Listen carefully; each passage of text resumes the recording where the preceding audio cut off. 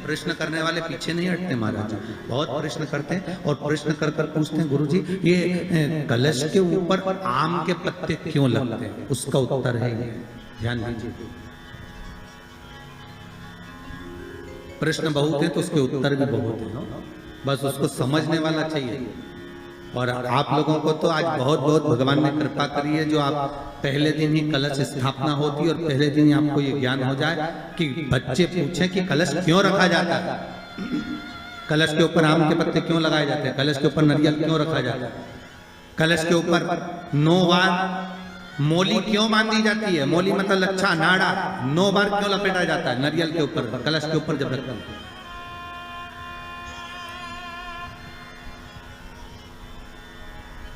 कलश के ऊपर जब जब श्रीफल रखाता है, नारियल रखाता है, तो उस पर 5 बार 7 बार मोली नहीं लपेटी जाएगी, तो 9 ही बार लपेटी जाएगी। 5 या 7 बार लपेटते हैं तो कहते हैं कि लक्ष्मी की छिन्नता होती है, और वो 9 बार लपेटी जाती है तो भरपूर लक्ष्मी का भंडार भरती है।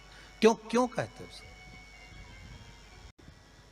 भगवान कुंभ का निर्माण कर रहे हैं, भगवान कलश का निर्माण कर रहे हैं, और भगवान स्वयं ब्रह्मदेव कर रहे हैं कि आप ऐसा निर्माण कर दो जिसमें 33 कोटि देवता स्वतः विराजमान हो जाए। तो भगवान ने उस कलश का निर्माण कर दिया। अब कलश का निर्माण करा तो स्वयं भगवान ब्रह्मदेव बोले, प्रभु इस कलश के अंदर मेरा स्थान कहां है,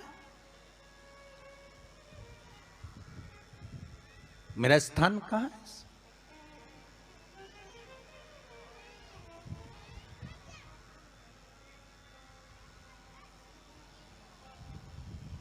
बहुत ध्यान देना महाराज, कलश का जो मुख होता है उस मुख पर भगवान विष्णु का स्थान होता है। किसका स्थान है? भगवान विष्णु का। थोड़ा सा नीचे आओगे, जहां से कलश का मुख दबा हुआ होता है, वह जगह भगवान स्वयं शिव की होती है। किसकी जगह है? भगवान शंकर की। कलश का अग्रभाग, नीचे का भाग जहां से फैला हुआ होता है, वहां ब्रह्मा का आधिपत्य स्थापित होता है। फिर कलश का जो नीचे का भाग होता है वो भगवान शिव और शक्ति का स्थान होता है। कलश के बाहरी भाग में, जहां पर बाहर का हिस्सा होता है, उस कलश के बाहरी भाग में 33 कोटि देवताओं को भगवान शंकर ने लाकर विराजमान किया होता है। महाराज भगवान शंकर 33 कोटि देवताओं को निमंत्रण देकर उस कलश में विराजमान कर दिया।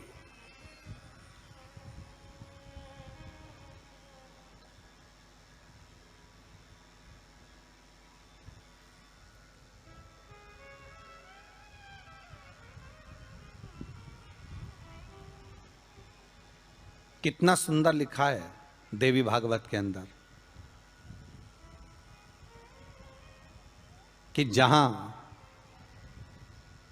कलश की स्थापना होती है उस जगह पर किसी देवताओं को बुलाने की जरूरत नहीं होती।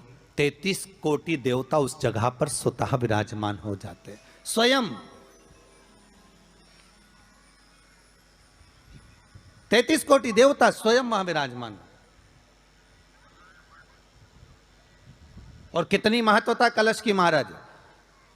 आप लोगों से भी निवेदन है, क्षेत्रीय प्रतिपदा है आज, जिनके घर में ज्यादा रोग हो, बीमारी हो, ज्यादा तकलीफें आ रही हो, कष्ट बढ़ रहा हो, बीमारियां बढ़ रही हो, या भय लग रहा हो, डर लग रहा हो, हृदय चित्त में कहीं ना कहीं आपको भय का भान हो रहा हो, तो 1 लोटा पानी, एक कलश में जल भर कर रख लीजिए और रात भर उसको रखे रहने दो। नवरात्र चल रहा है, उस कलश को रात भर रखकर सुबह सुबह उस कलश में एक बेलपत्र डालकर उस जल को नीम के पेड़ के नीचे, जहां चैत्री नवरात्रि में नीम के पेड़ के नीचे सारी विद्याएं, आद्य शक्तियां, सारी देवी उस नीम के पेड़ के नीचे विराजमान रहती हैं। उस कलश में एक बेलपत्र डालकर रात भर रखकर उस जल को पूरे घर में घुमाकर उस नीम के पेड़ के नीचे समर्पित कर दीजिए महाराज। घर में भय लगना बंद हो जाएगा, कोई बड़ी बीमारी आपको घेरेगी नहीं, और उस बीमारी से, उस रोग से आप मुक्त रहेंगे।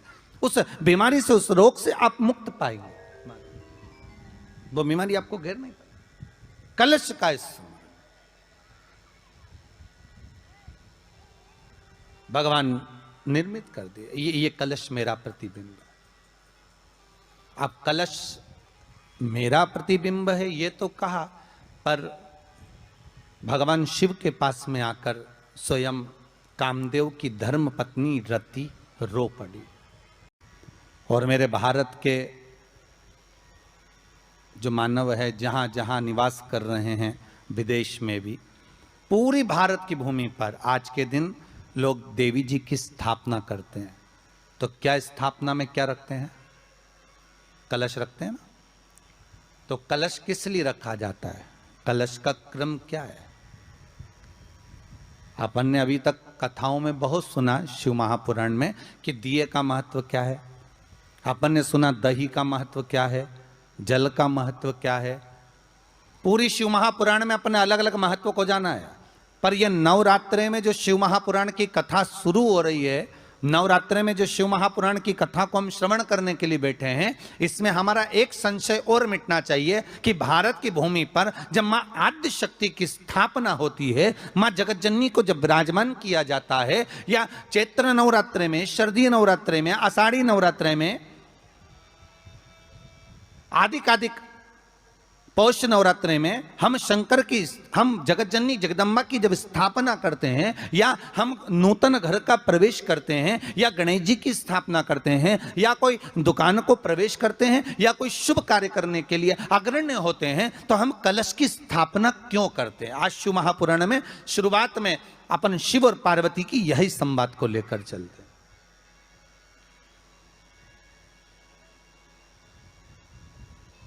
आखिर कलश में ऐसा क्या है? कलश के अंदर आखिर ऐसा क्या विराजमान है कि 33 कोटि देवता उस कलश के अंदर आकर बैठ जाते हैं? महाराज, आप कोई यज्ञ करने जा रहे हो, आप कोई पोथी पुराण करने जा रहे हो, आप कोई अच्छा कार्य करने जा रहे हो, तो ब्राह्मण देवता कह देते कलश स्थापना होगी, कलश की शोभा यात्रा निकलेगी, कलश यात्रा निकलेगी, कलश विराजमान होगा।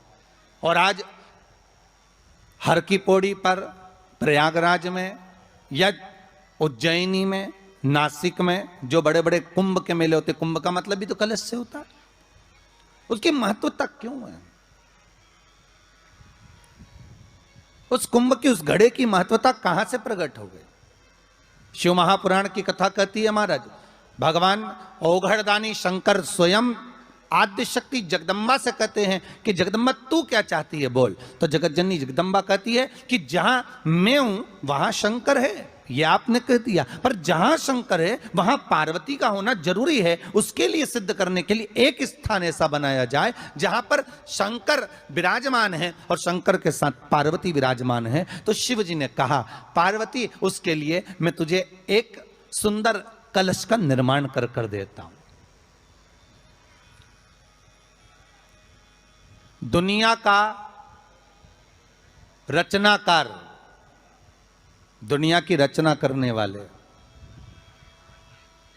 महाराज, संपूर्ण ब्रह्मांड की रचना करने वाले, जिनको भगवान शिव ने स्वयं ब्रह्मदेव से कहा है कि ब्रह्मा जी तुम सृष्टि खंड को आगे बढ़ाइए, सृष्टि की रचना करिए। और आज ही के दिन, यही चैत्रीय प्रतिपदा के दिन,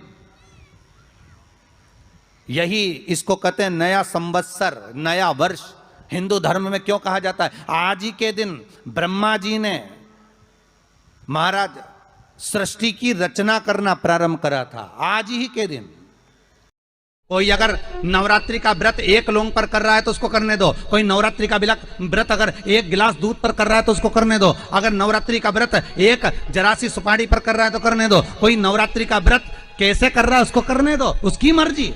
तुम्हारे घर में जैसा व्रत होता है, तुम्हारे घर में जैसा नियम होता है, तुम वैसा करो। किसी को देखा देखी कर उसने 16 सोमवार का व्रत करा, उसने संकट सोमवार का व्रत करा, उसने चतुर्थी का व्रत करा तो मैं भी ऐसा करूंगी, उसने ऐसा करा तो मैं भी ऐसा करूंगी। नहीं नहीं नहीं नहीं।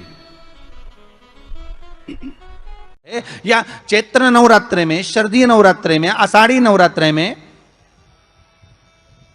आदिकादिक पौष नवरात्रे में हम शंकर की, हम जगतजननी जगदम्बा की जब स्थापना करते हैं, या हम नूतन घर का प्रवेश करते हैं, या गणेश जी की स्थापना करते हैं, या कोई दुकान को प्रवेश करते हैं, या कोई शुभ कार्य करने के लिए अग्रण्य होते हैं, तो हम कलश की स्थापना क्यों करते हैं? आज शिव महापुराण में शुरुआत में अपन शिव और पार्वती की यही संवाद को लेकर चलते।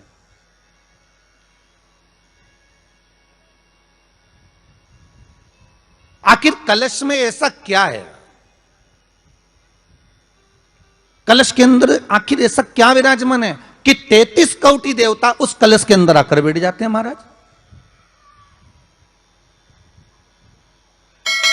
श्री शिवाय नमस्तुभ्यम। मेरे YouTube चैनल को सब्सक्राइब कीजिए, लाइक कमेंट शेयर कीजिए।